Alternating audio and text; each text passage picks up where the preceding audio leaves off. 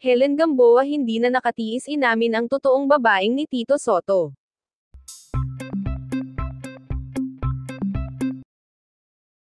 Nagulat ang publiko nang biglang maglabas ng matinding pahayag si Jose Manalo tungkol sa kontrobersyal na isyong kinasasangkutan ni Tito Senador Sotto. Sa gitna ng mga kumakalat na balita sa social media, nagsalita si Jose upang linawin ang mga haka-haka tungkol sa umano'y kabit isyo na ikinakabit sa batikang senador at TV host. Ayon kay Jose, marami umano ang nagsasabi ng mga bagay na wala namang basehan. Sa kanyang panayam, diretsahan niyang sinabi na, maraming imbento ang kumakalat online, at binigyang diin na hindi totoo ang mga paratang laban kay Tito Sotto. Matagal ko nang kilala si Tito Senador. Alam ko kung gaano siya kerespeto sa pamilya niya at sa trabaho, ani Jose.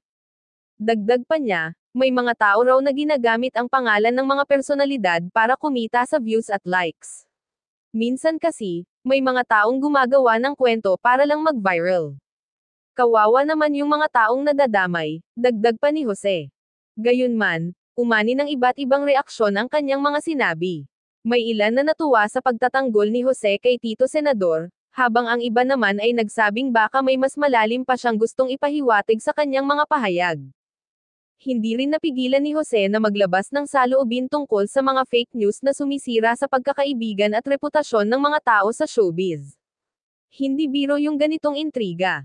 Kaya nga ako nagsalita, kasi ayokong lumaki pa, pahayag niya. Sa kabila ng ingay sa social media, nananatiling tahimik si Tito Sotto.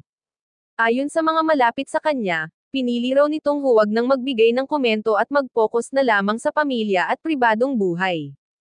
Samantala, ilang netizens ang pumuri kay Jose Manalo sa pagiging tapat at matapang sa pagsasabi ng kanyang panig. Tama lang na magsalita siya. Hindi dapat hinahayaan ang mga maling balita, ayon sa isang komento. Habang patuloy ang usapan sa online platforms, nanindigan si Jose na ang katotohanan lamang ang kanyang gustong ipahayag. Kung may issue man, ilabas nila ang ebidensya. Huwag puro salita, dagdag pa niya. Sa huli, binigyang diin ni Jose Manalo na ang kanyang layunin ay protektahan ang mga taong malapit sa kanya at itama ang mga maling impormasyon. Kaibigan ko yan. Kung alam kong mali ang sinasabi laban sa kanya, hindi ako mananahimak, pagtatapos niya.